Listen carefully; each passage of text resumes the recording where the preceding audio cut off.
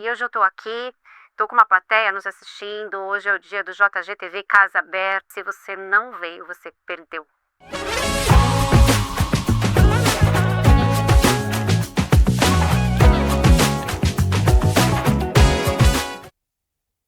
Bom dia, boa tarde, boa noite. Você está na JGTV, que é o seu canal para empreendedores, para profissionais. Aqui falamos de carreira, trabalho, empreendedorismo. E hoje eu estou aqui, estou com uma plateia nos assistindo. Hoje é o dia do JGTV Casa Aberta, que é esse projeto em que a gente abre as portas do nosso podcast para todo mundo, para quem quiser assistir. Vocês não vão ver a plateia, mas ela está aqui. E a gente vai gravar, vai bater o papo, depois todo mundo vai interagir com as nossas convidadas. Se você não veio, você perdeu. Você pode nos assistir agora, mas você perdeu toda essa interação. Fica de olho para participar dos próximos. Eu estou aqui hoje com a Vanessa Costa, nutricionista. Tem uma marca maravilhosa de suplementos para menopausa, a primeira Menotec do Brasil, né, Vanessa? A Nutralive. Temos aqui a Mariana Espíndola, temos aqui a Fernanda Sotelo, que são da KiddoPass, uma empresa de tecnologia para a família, né? E a gente vai bater um papo bacana aqui sobre empreendedorismo feminino, mas não só sobre empreendedorismo feminino, mas os desafios de empreender no Brasil. E vamos falar sobre liderança feminina, né? E muito sobre os nichos aqui, né? Das nossas empreendedoras que estão aqui com a gente, conversando hoje. Eu vou começar. Cada uma que tem uma história, né? A gente estava conversando um pouquinho antes de gravar. Eu vou começar perguntando para todas elas, e aí a gente tira no palitinho quem começa. Eu sei. Qual foi a história que as levou, né, a empreender no nicho que elas estão, enfim, o que motivou, né, a tomar essa decisão, que é uma decisão difícil no Brasil, uma decisão corajosa, né, empreender. Então, com o que eu começo, gente? Começo com as meninas e aí elas se complementam? Pode começar. Então, vamos de Fernanda e Mariana. Vamos lá. Bom, antes de qualquer coisa, obrigada pelo convite, um prazer a gente estar aqui nesse papo entre mulheres empreendedoras. É maravilhoso que a gente possa se unir e trocar figurinhas, é muito rico. E empreender para mim, Jussara, sendo bastante honesta, sempre foi uma vontade, né? Eu venho de um caminho tradicional de mundo corporativo, porque eu acredito que a nossa geração, de maneira geral, foi educado para isso, né? O sinônimo de sucesso era trabalhar numa grande empresa, e eu cumpri esse protocolo. Então eu fui trabalhar em multinacionais, sou formada em publicidade e propaganda com ênfase em marketing, e fui trabalhar em grandes multinacionais. E para quem via de fora, né, eu tive uma carreira muito avassaladora, então com cargos de liderança já muito jovem, muitas pessoas abaixo de mim crescendo, liderando os grandes produtos e lançamentos das companhias com as quais eu trabalhei. E eu era a que deu certo na família, né, que estava voando, que tinha vindo morar em São Paulo, estava com uma vida muito resolvida, mas eu me via bastante infeliz, né, porque para mim o empreender, ele sempre foi desconectado do fato de querer ter uma empresa.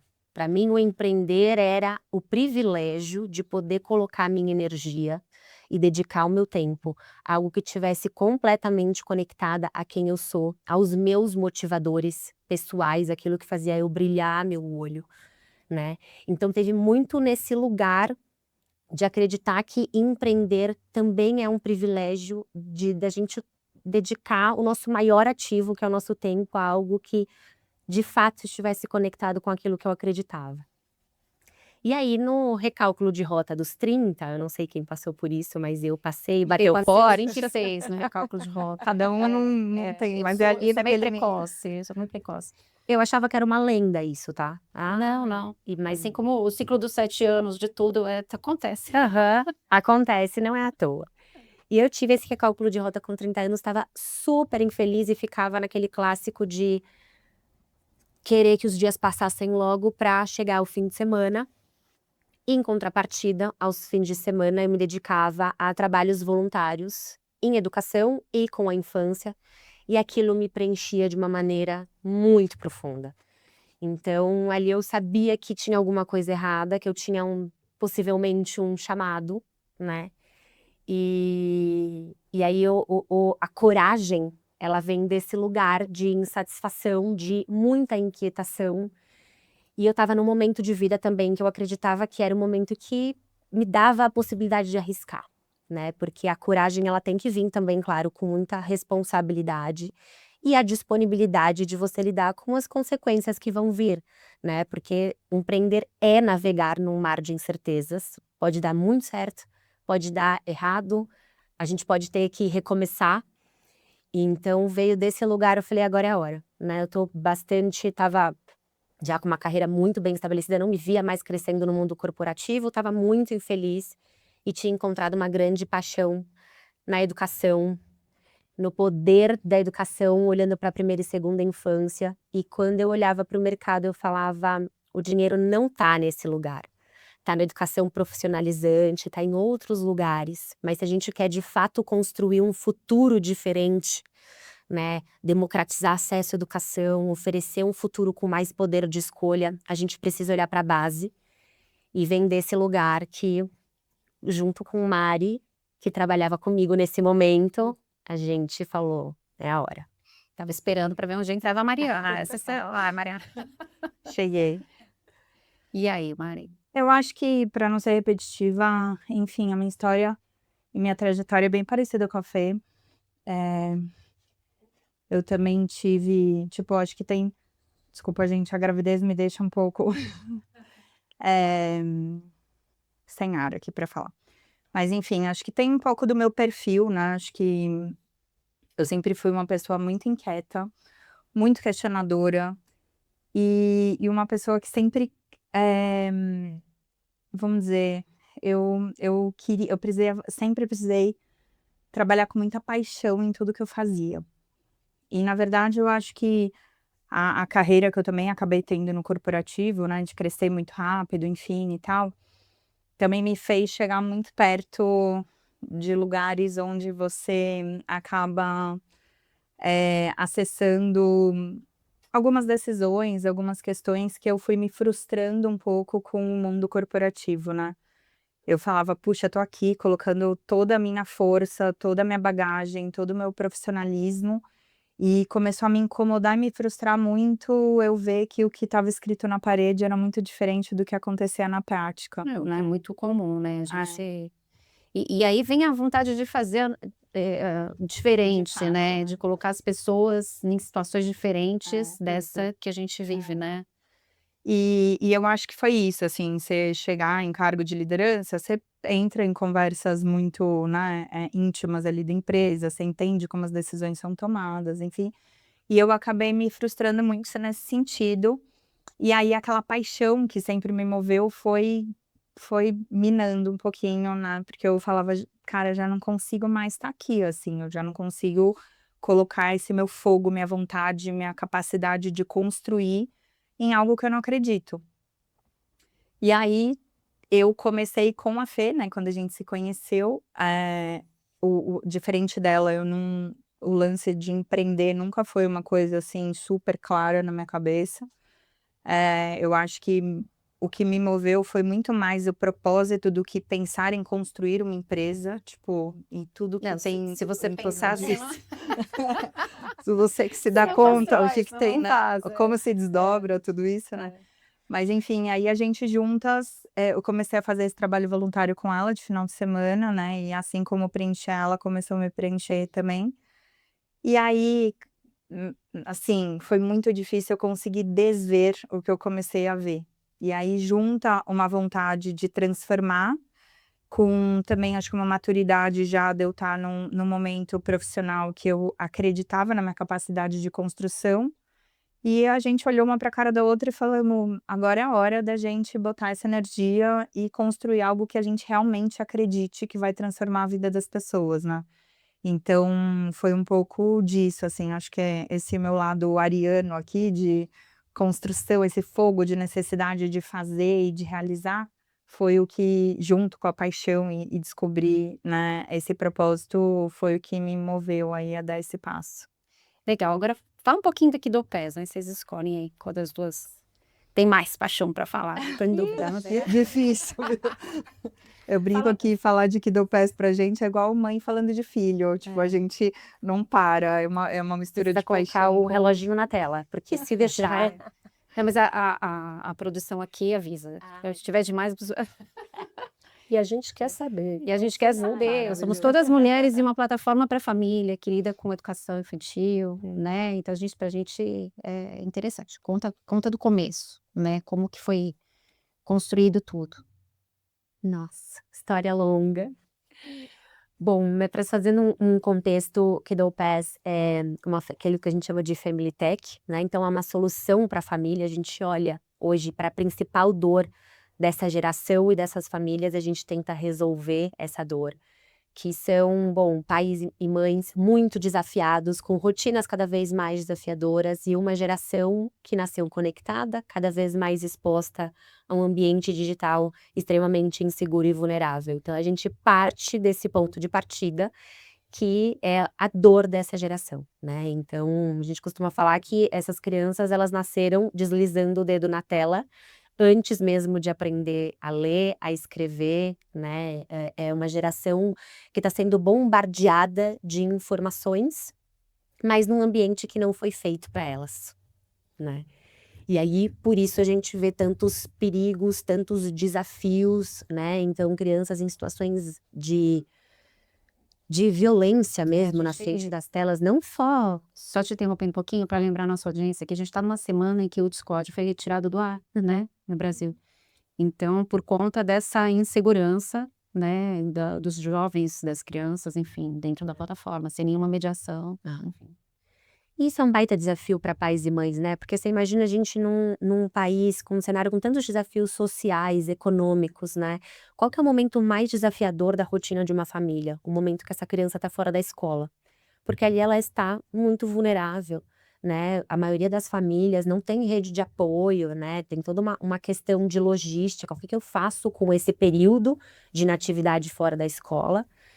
E as crianças hoje cada vez mais passando tempos, né, na tela e expostas a conteúdos muito questionáveis, né? Então a Kiddo é uma empresa que vem resposta a essa dor, né? Então um aplicativo para a família, uma assinatura como se fosse um Netflix, então você assina e você consegue cadastrar até 3 crianças, de 3 a 12 anos, Legal. que é aquilo que a gente se conecta com a dor da primeira e segunda infância, que é o momento mais importante do nosso desenvolvimento como indivíduo. Ali eu descubro quem eu sou, né? Aquilo vai definir a geração de adultos que essas crianças vão ser. Então a gente pega bem essa fase e cria um ambiente, então, seguro digital para essas crianças se divertirem, explorarem e se desenvolverem, sem contato com desconhecidos, com conteúdos que são curados por pedagogos, com uma relação completamente interativa com a tela. Então a gente tira eles da passividade da tela, coloca ele como protagonista do processo de aprendizagem e leva uma série de conteúdos que, ao mesmo tempo que se conectam com os interesses dessa geração, Legal. desenvolvem essas crianças. Então é uma ferramenta de apoio para pais e mães muito desafiados, num ambiente 100% seguro para essa geração que já nasceu conectada. Então, o que a gente, quando a gente funda a Kiddo, a gente olha para a tecnologia como uma possibilidade de democratizar o acesso à educação do futuro, à educação financeira, à educação socioemocional, né? Então a gente olha para a tecnologia como um aliado. Como é que a gente sai desse papel? E é claro que o tempo de tela é importante, deve ser discutido, mas mais do que isso, que tipo de conteúdo a gente está oferecendo para as crianças, né? No momento de tela, Exato. tem que ter essa mediação. E aí, alguns exemplos legais para dar é que o que a gente tem dentro da Kiddo, né? Então, a gente tem aulas e atividades ao vivo todos os dias, né? Que cobrem desde o período de manhã até o período, no comecinho da noite ali, né? A gente chega. Então, uma grade super extensa, né? Com dezenas de modalidades e áreas de interesses diferenciados para a criança. Acho que tem um papel pedagógico super importante na Kiddo, que é olhar para competências e habilidades que, em geral, hoje a grade básica escolar não alcança. Então, a gente cruza o entretenimento e a educação no mesmo lugar. Além de conteúdos ao vivo, né, interativos, a gente tem também conteúdos gravados, né, que podem ser acessados 24/7. jogos, e a gente tem hoje a maior biblioteca de livros interativos para crianças também. Então, tudo dentro da Kiddle passa por um olhar criterioso, né, pedagógico, para garantir que essa criança está num lugar seguro, que ela está acessando conteúdos que são positivos para o seu momento, para a tua idade, né, enfim. E algo que a gente tem muito orgulho de falar é que desde o D0 da Kiddle a gente é um ambiente também inclusivo para crianças típicas e atípicas, né? Então, tem um olhar muito legal nesse sentido. Bacana, muito bom, muito legal. Van, sua vez, conta a sua história. A história da Van, até chegar na Nutralive, só interrompendo um pouquinho, está na JGTV, ela já esteve no podcast, mas falando sobre menopausa e produtividade, né? Eu não consigo lembrar agora qual programa que é, mas passa por todos, que você vai chegar lá, maratona o canal, que você vai chegar na Vanessa, e o programa foi ótimo, né? E aí agora ela veio só para falar da experiência dela como empreendedora, mas vai ter que contar um pouquinho dessa história até chegar aí. Mas antes eu quero te agradecer pelo convite. É um prazer estar com você novamente, conhecer essas mulheres incríveis. Sim. E poder estar agora com plateia, né? Conhecendo outras mulheres. Então, parabéns pela sua jornada, por tudo que você entrega de conteúdo. Para falar de Nutralive, eu vou falar de educação, e é o que elas fazem, não tem como, e o que você faz aqui todos os dias, entregando conteúdo, ensinando para as pessoas gratuitamente. Eu acho que muito da nossa missão aqui converge numa coisa só. O acesso à educação vai mudar esse país e toda a sociedade. Né? Então, eu fui bailarina a vida inteira. Vou resumir muito rapidinho, vocês vão maratonar. Ela tem 1 hora de programa para vocês saberem toda a minha história. Mas, né, nós ficamos aquele dia... A gente desvendou a menopausa do início ao fim da jornada de produtividade. Pois é. Né? Foi muito bacana. E por que eu falo de menopausa hoje? Né? Eu fui uma atleta de altíssimo rendimento, eu trabalhava com acrobacia aérea, fui bailarina de carreira, tive uma primeira formação pedagógica, sou socióloga por formação, então ciências e sociedade está no meu DNA, eu adoro estudar mulheres, eu me especializei em gênero, sexualidade, família, então é mulher, e foi com mulher que eu trabalhei a minha vida inteira, né? Eu sou uma apaixonada por estudar todas as nossas formas, né, de manifestação na sociedade, como que a gente pode viver de uma maneira melhor dentro do ambiente que a gente se coloca o tempo inteiro. E num determinado momento eu me vi em menopausa precoce, aos 38 anos de idade, no auge da minha vida produtiva, né? Eu estava numa fase que eu tinha construído tudo, eu cheguei no máximo da minha carreira, e aí veio uma menopausa precoce, veio um divórcio, e veio uma ressignificação muito grande. Naquela época, eu tive que pensar num plano de migrar de carreira. Eu já cursava nutrição, já era uma outra opção, porque a gente que tem um bichinho, né, de educação, a gente não fica quieto, né? Você já fez uma faculdade, mas eu quero fazer outra. Você vai fazer essa faculdade para quê? Não sei, estou com vontade, eu tenho aqui... É o conhecimento pelo conhecimento. Eu tenho aqui 30 minutos livres no meu dia, eu vou... Verdade. Você vai fazer o quê? Você vai dormir? Não, eu vou estudar mais um pouquinho, né? A gente tem essa coisa. Então, eu já estava na minha segunda faculdade, e eu já tinha feito 2 especializações, e aí veio a pandemia, veio um divórcio, e um novo relacionamento. Uma mulher com 38 anos, na menopausa, acho que eu desliguei aqui. Foi. Na menopausa, num novo relacionamento, sem filhos, perdi a minha fertilidade, não pude ser mãe, mas no meio disso tudo, eu encontrei um significado, né? E quando eu olhei para a minha condição, ao invés de me desesperar e falar, meu Deus, acabou para mim, eu fui entender por que aquilo estava acontecendo comigo, e mesmo eu tendo tanto conhecimento, tanta educação, tanto estudo, tanto acesso, tantas possibilidades, ninguém me avisou que poderia acontecer comigo. Ou seja, eu não fui alertada, eu não sabia o que estava acontecendo comigo, e depois que eu descobri, as pessoas não me ajudaram a resolver o problema. Pois é. Então, eu fui a todos os médicos, eu rodei em todos os lugares, e eu tinha condições para fazer isso, e mesmo assim, para mim não foi, né? Eu não consegui congelar óvulos a tempo, então, muitas coisas aconteceram que foram me frustrando no processo. E com toda essa história, eu falei, mas Gente, se eu, que tenho acesso a tudo isso que eu sei, eu não conseguir evitar, imagina as mulheres que não têm acesso a essa informação.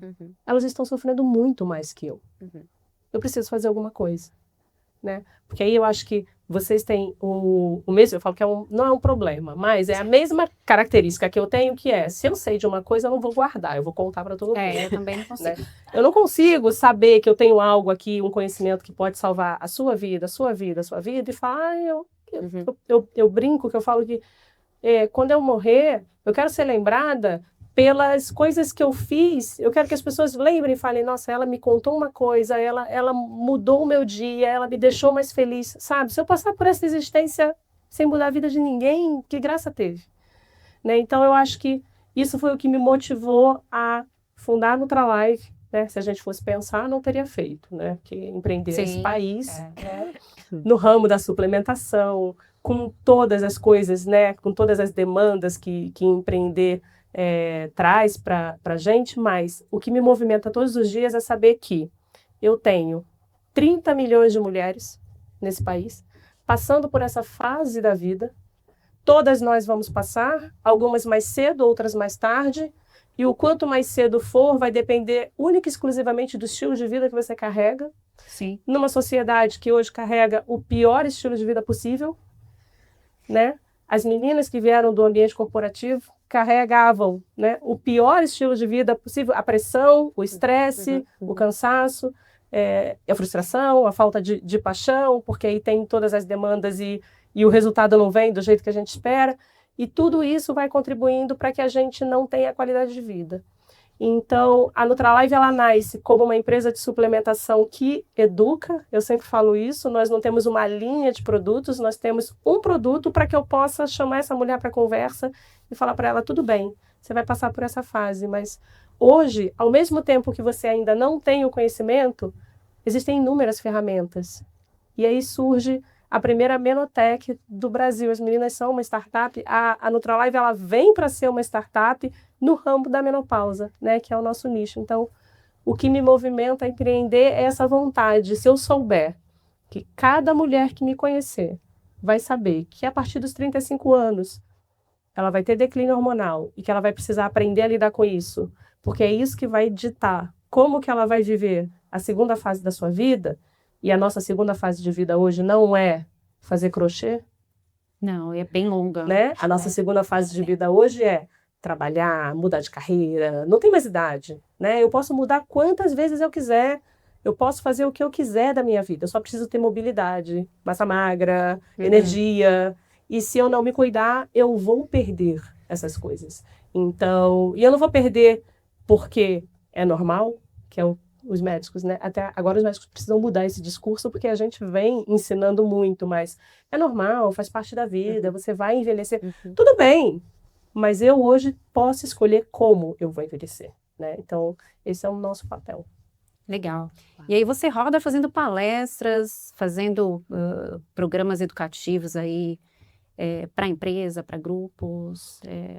Então, eu achava que ia ser mais fácil e menos desafiador, né? Que eu ia falar menos, eu já falo muito.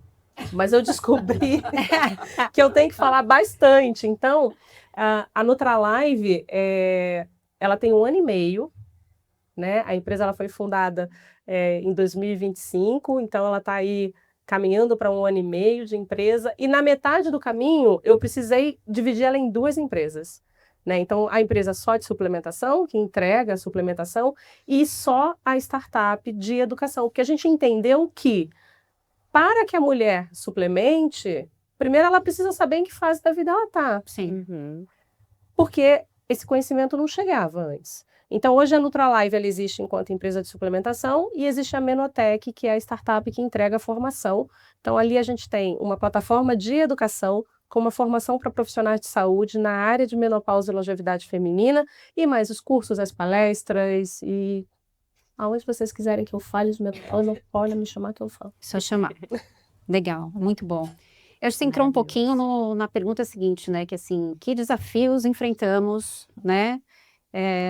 Onde pega para vocês? Pega a questão operacional, pega a questão administrativa, pega a questão pensar o mercado, acompanhar o mercado? Qual que é o principal desafio para cada uma de vocês? E aí vocês escolhem quem quer responder primeiro.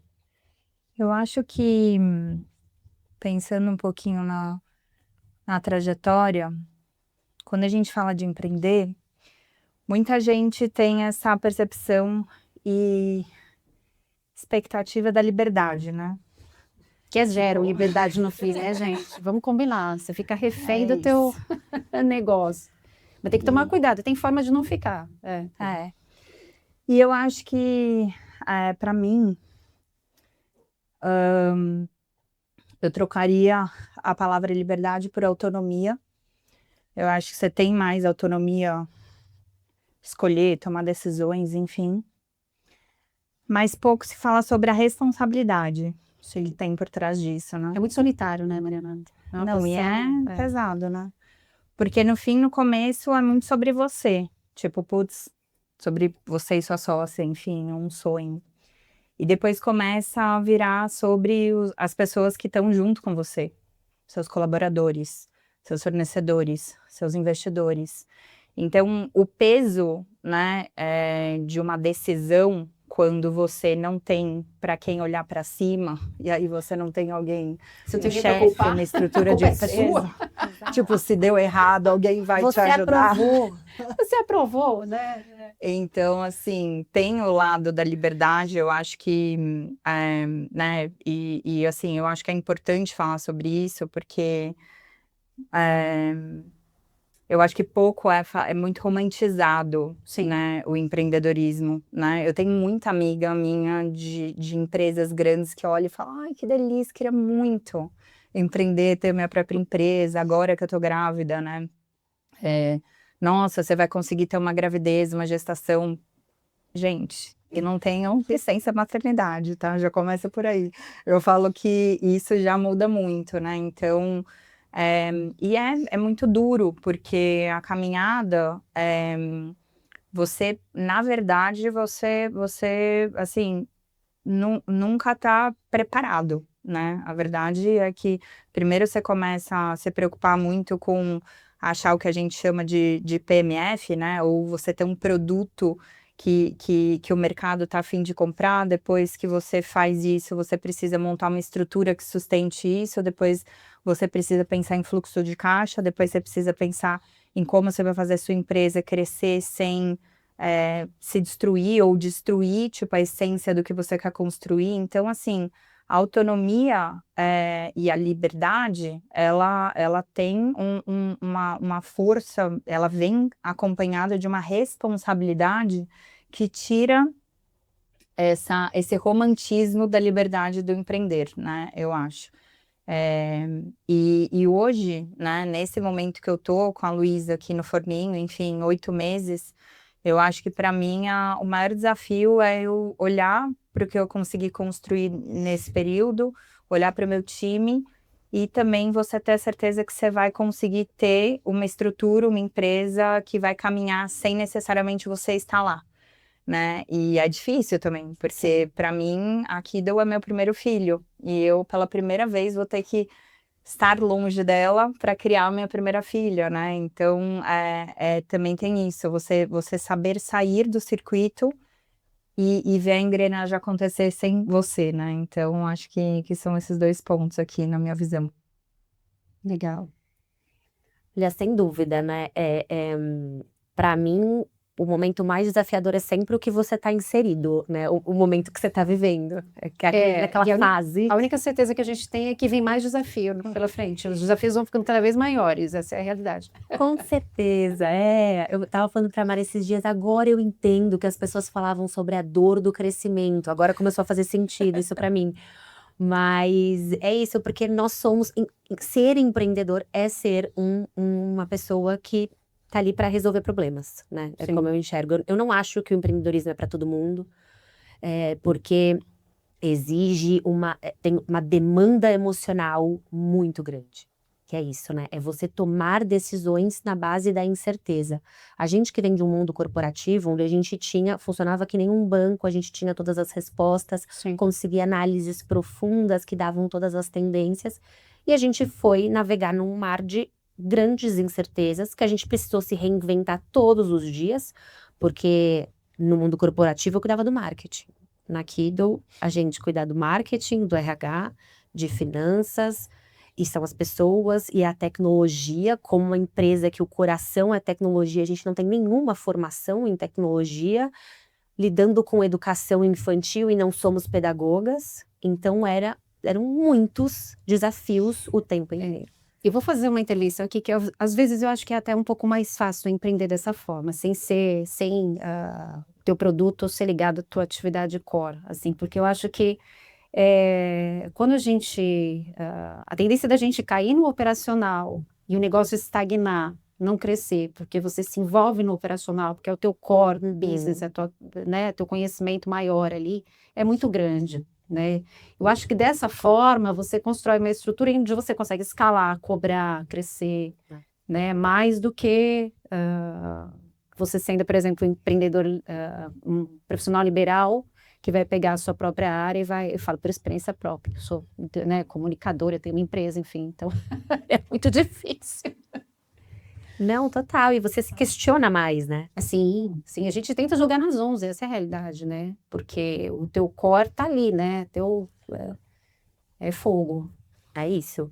E hoje a gente se policia muito para colocar o nosso tempo, investir nosso tempo no lugar certo, mas principalmente naquilo que a gente é muito boa. Porque se a gente fala, se a gente não for muito bom, contrata alguém melhor do que você. Sim. Para ocupar aquela cadeira. Sem medo, né? Sem medo. Sem medo. Essa é uma decisão difícil também, de quem empreende.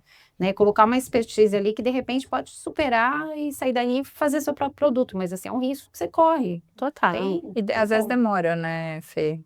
Até você conseguir ter dinheiro para contratar uma pessoa. Às vezes, por muito tempo, você tem que ser multi-skill mesmo e fazer tudo. Não, e mas depois, assim, é normal. O que não pode é virar uma constante, né? Eu acho que esse é o desafio de quem empreende com a sua core, sua atividade principal. Sim, né? Tem esse momento de maturação, né? Então, no começo é isso. Você é um grande polvo, tem que resolver todos os problemas, tem que entender um pouco de tudo, se reinventar todos os dias profissionalmente, mas os desafios vão mudando ao longo da jornada, né? Ano passado, eu lembro de uma conversa no final do ano e assim, né, aqui deu crescendo, e a gente tomando algumas decisões de ampliação de time, e a gente até falando, né, a Mari já estava com os planos da chegada da Luísa.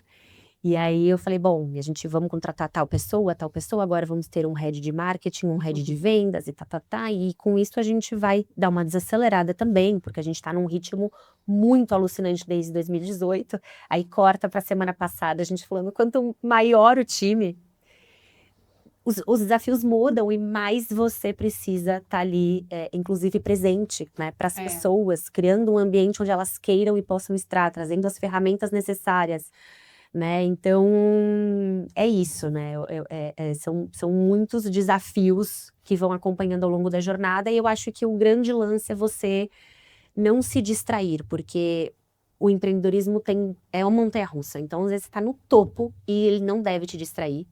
Sim. Porque no dia seguinte, as coisas podem sair completamente do controle. Sim. E aquilo também não pode te frustrar ao ponto de você parar.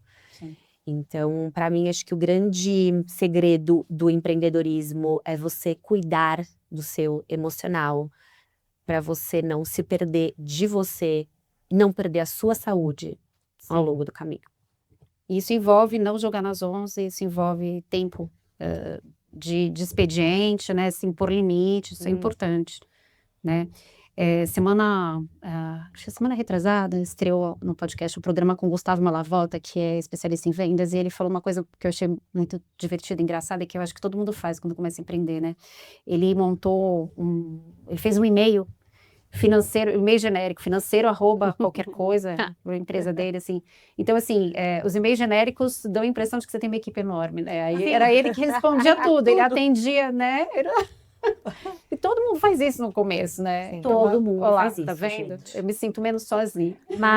Era marketing @kidopes, financeiro @kidopes. Todo mundo, e não assina, responde, não assina, enfim, faz de conta que tem uma equipe falar enorme. com a minha equipe, e te trago um retorno. Era eu mesma. Isso muito curioso. Eu tenho uma passagem muito boa no início da Nutralife. Toda reunião que eu fazia para trazer alguém, né, e contratar um prestador de serviço, a pessoa falava, mas qual o seu budget? Eu falava, Não tem budget, que budget? Né? Porque a gente está muito acostumada, vem do mundo corporativo, então você tem lá tanto X para essa campanha, tanto X para esse lançamento. Aí você, eu presa, né, acreditando no seu sonho, e você senta com qualquer pessoa e a pessoa te pergunta, e qual o seu budget para essa situação? Você fala, filho, me diz quanto vai custar que eu vou saber se eu posso te pagar.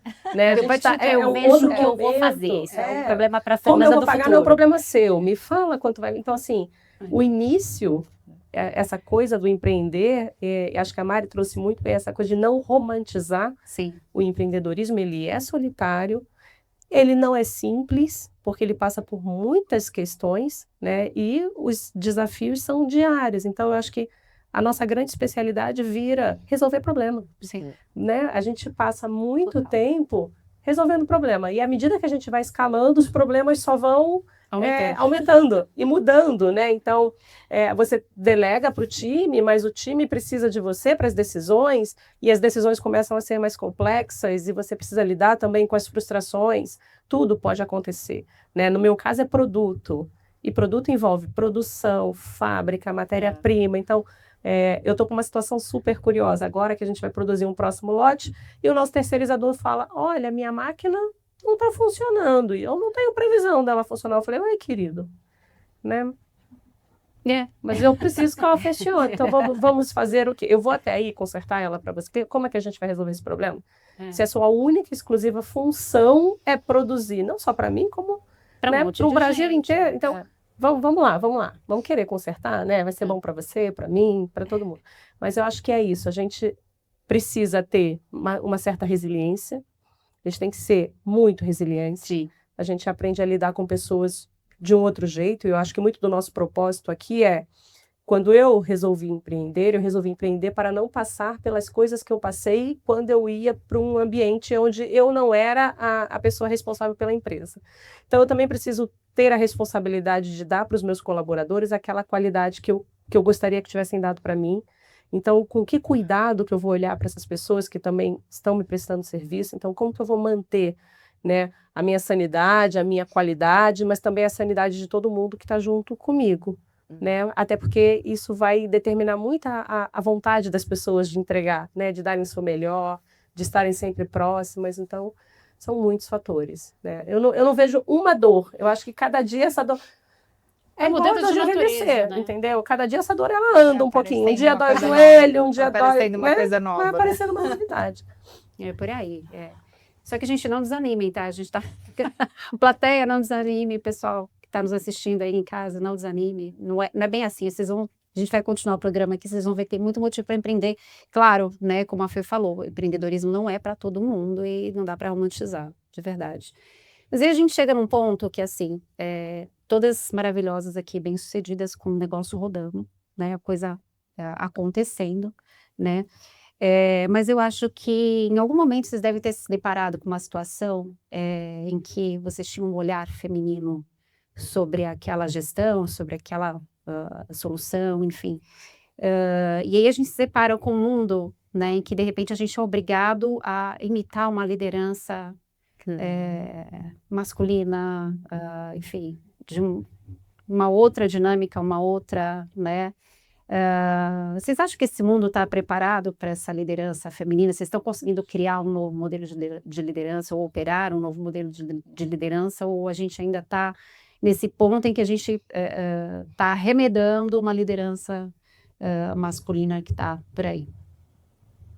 Uau! Profundo. Olha, Jussara, para mim, eu vejo que a gente está, né, olhando de forma otimista para o cenário num modelo de transição, eu diria, né? Então, é claro que a gente está falando de um modelo de liderança criado numa sociedade, num ambiente que foi, né, construído por homens, né, para homens. Então, se a gente está falando aqui de mulheres empreendedoras, né, e falando de startups, se a gente pega, por exemplo, uma fotografia, tem um dado da AB Startups do ano passado, de que 19% só das startups são conduzidas e fundadas por mulheres. Então, a gente está falando de uma presença muito massiva masculina. Em contrapartida, se a gente pega um dado um pouquinho anterior da Distrito de 2020, fala que menos de 1% do capital é destinado para startups que têm founders mulheres.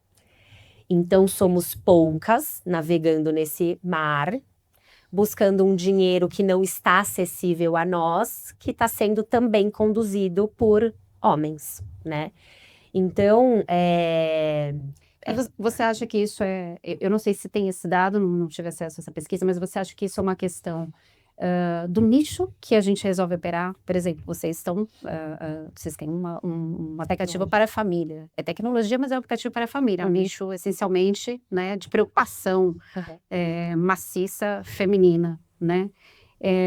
Tem a ver com isso ou tem a ver realmente com quem toma a decisão? O que você pensa a respeito? olha, para mim tem a ver com o modus operandi da nossa sociedade, né? O quanto a gente cria na sociedade ambientes, corporativos ou não, né, profissionais, onde as mulheres possam e queiram estar. Eu acho que esse é o grande desafio, né? Então, a gente ainda a gente se questionou durante muito tempo, né? Dentro do mundo corporativo, se a gente poderia dar próximos passos, como é que estava a nossa vida pessoal, quais eram os planos. E mesmo quando a gente foi empreender, com isso enraizado na nossa mente, a gente se questionou, agora é a hora?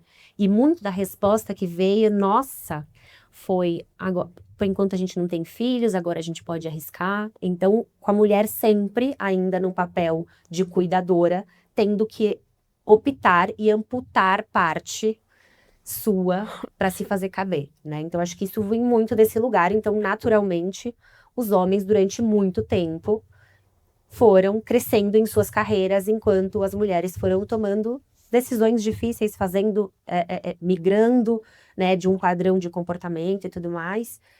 Mas o que eu vejo é que a sociedade já está aberta para o debate, o que já é um passo importantíssimo, mesmo dentro das empresas, também abertos para o debate, saindo um pouco de estereótipos de liderança e indo mais para que tipo de líder que a gente precisa hoje, que essa geração precisa, né? Entendendo de que, independentemente de uma liderança masculina ou feminina, né, é possível a gente ter um drive para resultados, a gente ser objetivo, a gente ser firme, mas a gente construir um ambiente que cuida de pessoas, um ambiente mais empático, né? Então, eu acho que as estruturas vêm se questionando porque a gente tem uma geração que é muito questionadora. É uma geração que está incomodada e que se você não oferece um ambiente onde ele se sinta cuidado, olhado como indivíduo, ele não permanece, né?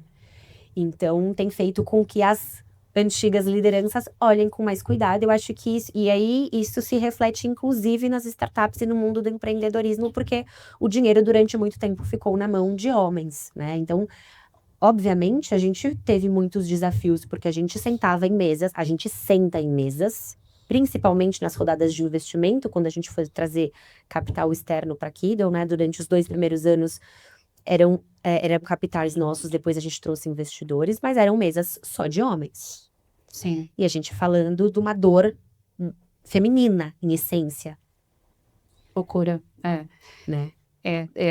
Eu cobri RH durante quase 5 anos como jornalista e uma coisa que eu acompanhava dados, né, de mercado, a área de tecnologia é muito pouco impactada por mulheres, né, tem muito pouca liderança feminina, mas muito poucas profissionais, né, na área de tecnologia. As empresas começaram a fazer ações afirmativas para formar mulheres, né, trazer essa expertise para o lado feminino dentro das empresas, enfim, porque elas não saem no mercado, né? As empresas têm que trazer, têm que, né, oferecer alguma coisa. E você, Van? Eu pulei a Mari. Não, pode ir. Vamos lá. Vocês estavam falando aqui, eu estava refletindo uma coisa.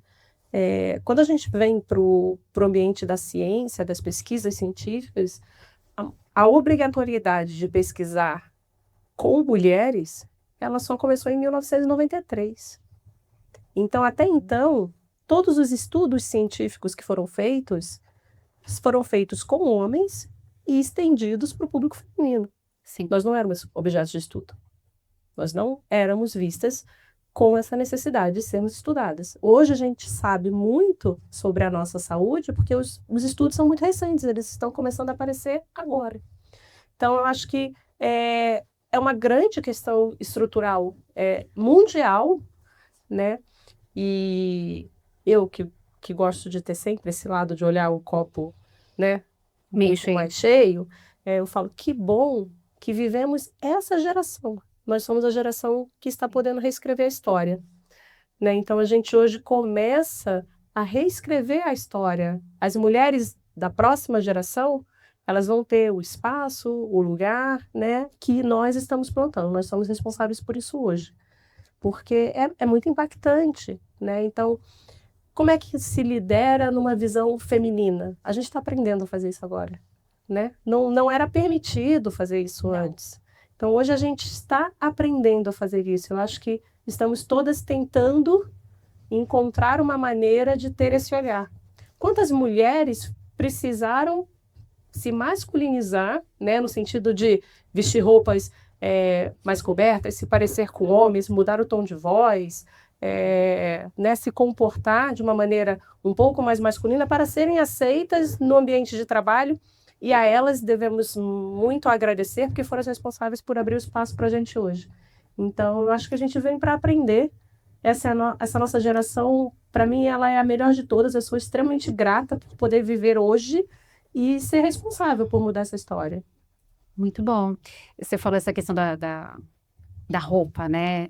Tive num evento com a Luísa, do Magalu, e aí ela contando que ela sempre fez questão de andar toda empreguitada, ela se auto-intitulando Barbie, né, do mundo corporativo, para marcar esse lugar. Quer dizer, eu sou mulher, a minha roupa é essa, eu sou líder, sou empresária, e é isso aí, ponto final, né?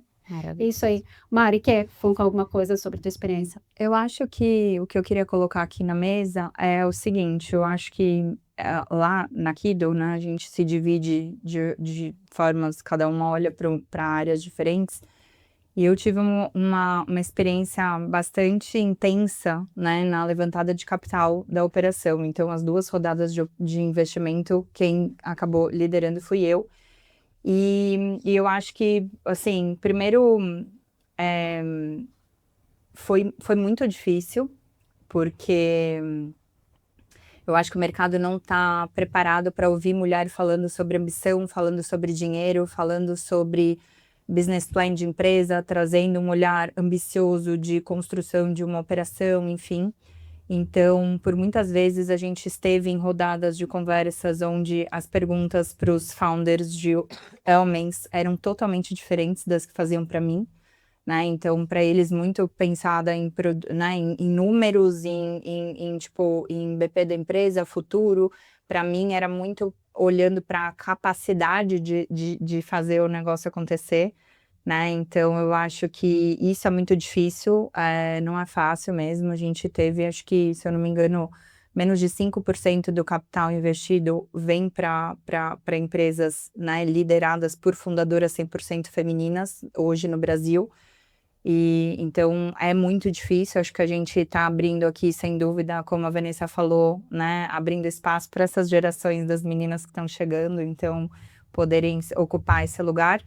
E eu acho que tem um outro lado que a gente também tem provocado, e muito dentro do mercado corporativo, um outro olhar para a liderança, né? Porque nós mulheres, enfim, acho que todo mundo passa ou passou por isso aqui. A gente não consegue ter o trabalho como um pilar tão central e se desligar de todo o resto, né? Tipo, hoje 50% das mulheres deixam o mercado de trabalho depois de terem filhos, porque simplesmente é impossível equilibrar as 2 coisas para muitas mulheres, né? Então, quando a gente chega num lugar de liderança, eu acho que a gente tem a capacidade de olhar 360 para esse colaborador, ter um olhar mais empático, né? Como eu e a Fê, a gente, tipo, o tempo todo, a gente se questiona, a gente está conseguindo construir um lugar onde o nosso time está conseguindo, né, realizar-se pessoalmente e profissionalmente também, e isso, enfim, é muito necessário. Então, acho que a gente precisa ser menos uma energia só masculina ou energia feminina. Eu acho que a energia masculina, ela traz esse olhar ambicioso, ela traz esse olhar de realização, de fazer acontecer, né, a energia masculina é isso. Enquanto a energia feminina, ela cuida, né, ela frutifica ali, ela nutre. Então, o ideal é a gente conseguir ter um encontro e um equilíbrio entre as duas energias, Vamos né? falar em energia humana, né? Que seria ótimo se a humanidade Exato. fosse Exatamente. um mix de tudo, né? Exatamente. Eu acho que Exatamente. seria esse o caminho, né? Sem dúvida. Legal. Bom, como eu falei que não era para desanimar, eu quero fazer uma ótima pergunta aqui para a gente fechar, e para poder cuidar da plateia aqui, vocês não vieram, vocês estão perdendo. Eu queria perguntar para vocês assim, quem está começando hoje, né? Que muita gente aí tem uma ideia na cabeça e um sonho, né? E um jeans e sai pelo mundo, né? Mas para quem está começando agora, qual que é o conselho principal? São muitos, né, gente? Acho que aqui foi uma aula, né, de empreendedorismo hoje. Mas um resumo, uma coisa que para vocês seja essencial e que seja, de repente, um direcionador de todo o resto. Como vocês dariam para o nosso pessoal aqui, nossa audiência, esse conselho? Eu vou ser bem informal. Eu acho que coragem e cara de pau. São duas coisas muito importantes. Primeiro, coragem, porque o caminho não é fácil, assim, não é que não é fácil no começo. Você exige se nutrir de coragem em cada passo que você dá. Então, assim, meu ponto aqui não é, tá com medo, vai com medo mesmo, né? Enfim, não é isso. Eu acho que não dá para simplesmente se jogar, enfim. Mas a coragem, ela é muito necessária, porque às vezes a gente espera as condições estarem perfeitas para a gente conseguir dar um passo e isso não vai acontecer. Então, como a Fê falou, empreender é navegar nas incertezas e a gente tem que ser vestida de coragem o tempo todo. E eu gosto muito de falar sobre a cara de pau, que eu brinco que é um tempero essencial no empreendedorismo e que me ajudou muito, porque eu acho que diferentemente do mundo corporativo, onde as pessoas defendem muito seus espaços, tem menos a abertura para trocar, no empreendedorismo você tem pessoas muito mais empáticas, até por tudo que a gente já passou, né, e passa. Acho que todo mundo que está um pouquinho na frente olha para uma pessoa que está atrás e tem muito carinho e muita preocupação em ajudar. Então, uma coisa que eu fiz ao longo do caminho, né, é puxar pessoas que estavam um passo na frente para conversar. E isso me ajudou muito, assim, muito. Eu puxo mesmo assim, ó, gente, LinkedIn. Eu vou lá, cara de pau, topa tomar um café comigo, eu tô passando por isso. Eu tenho acompanhado a tua empresa, sei que você fez isso. Você consegue conversar comigo? Porque eu acho que a gente que empreende, né? Eu já tive muitas conversas assim até hoje com muitas pessoas que me procuraram e a gente fala muito a real, sabe? Um pro outro, assim. Então, sem esconder jogo, sem também romantizar nada. E quanto mais preparado você tá, quanto mais você conseguir trocar com outras pessoas, é muito importante para você. Às vezes tem uma coisa que você não tá vendo e aquela pessoa já passou, já bateu com a cabeça na parede, ela já sabe que ela tinha que ter feito aquilo, então ela te poupa alguns sofrimentos ao longo do caminho. Então, eu acho que para mim são essas duas coisas, assim, que eu acho que são coisas importantes. Maravilhoso. Não precisa ser mais cara de pau. Vamos lá. Faz diferença. Mariana é muito cara. São Porque muito. coragem eu já tenho que ter muita. Eu tô cansada de ter coragem. Exato. Coragem cansa. Mas o que ela falou é uma verdade, assim, absoluta, porque é maravilhoso na jornada empreendedora o quanto as pessoas que vão se unindo ao teu sonho ao longo do caminho. E você vai encontrando pessoas muito generosas, sabe? Que vêm pra te apoiar mesmo naquele teu desafio do momento, ou na tua dor, ou abrir um espaço, abrir caminho. Isso é muito maravilhoso. Talvez assim, o conselho que eu possa dar, tem uma frase que para mim, ela marcou muito meu começo da minha jornada empreendedora, que para mim significava empreender, viver para sempre livre do medo de nunca ter tentado, né? Então eu enxergo o empreendedorismo de fato num país tão desigual quanto o nosso, onde as pessoas estão fazendo o que podem com aquilo que têm. A gente colocar nosso tempo, dedicação, amor, vontade, garra naquilo que a gente escolhe, eu acho um baita de um luxo e de um privilégio. mas precisa vir essa coragem acompanhada de muita responsabilidade, né? Então, eu diria que a primeira coisa é se preparar, porque a gente não é preparado para o empreendedorismo. Muitas empresas vão à falência nos seus primeiros 2 anos, porque há muita informalidade ainda, né?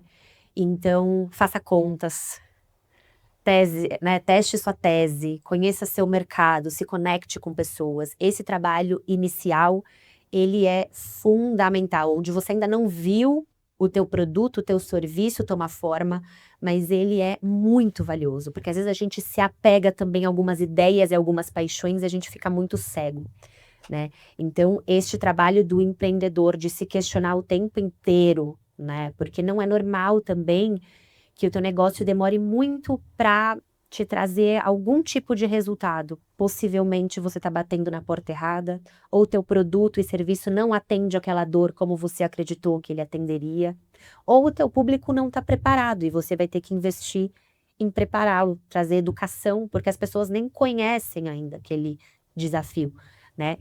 Então, eu acho que isso, sair dessa informalidade, ela é muito importante para que você consiga, inclusive, dar passos mais seguros. Legal. Vamos. Acho que as meninas já deram uma aula, né? É. Maravilhoso demais poder saber da história. E eu acho que para completar, eu que venho do esporte, né? Você vai precisar ser muito disciplinado. Porque empreender, ele demanda uma energia todo dia. Então, todos os dias você vai acordar pensando no seu negócio, você vai dormir pensando no seu negócio. Você até pode tirar férias, mas a sua cabeça vai estar no seu negócio, né? O seu negócio vai depender de você. E é essa disciplina que vai manter toda a cadeia embaixo de você funcionando. Então, seja minimamente disciplinado, seja minimamente planejado. Se você acredita, busque as pessoas certas, né? E é exatamente isso. Eu sou muito cara de pau também, Mari. Então, eu vou atrás do LinkedIn, eu chamo no Instagram, eu marco café, eu converso com todo mundo.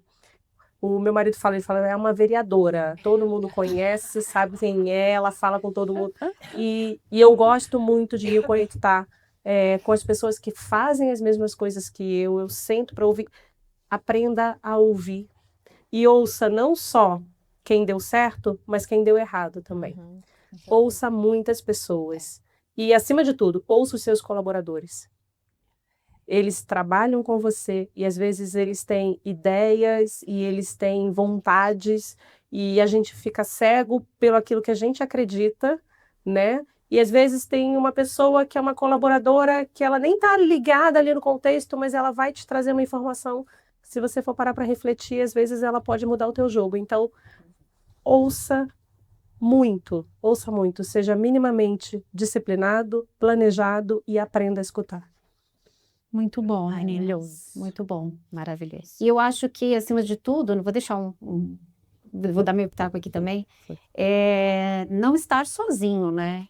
Assim, não empreender sozinho. Não adianta você tentar empreender sozinho. Qualquer coisa sozinho não é empreender, né? Você tá no mercado aí jogando às 11, fazendo tudo, enfim, não é uma coisa aceitável, que é uma realidade acredito, de 50% dos microempreendedores no Brasil, né? Põe a família para ajudar, se for o caso,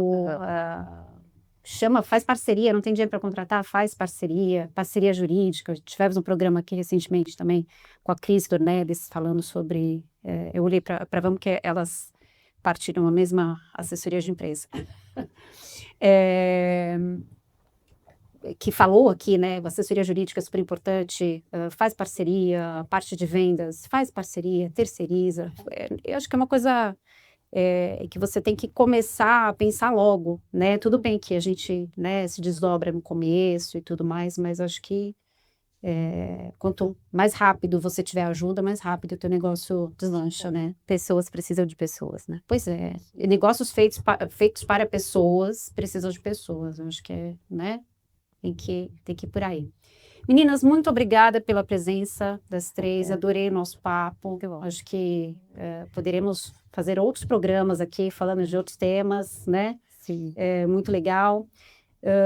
Para você que curte o canal, que está sempre com a gente, tem o nosso Apoia-se, né? apoia.se/JGTV Podcast.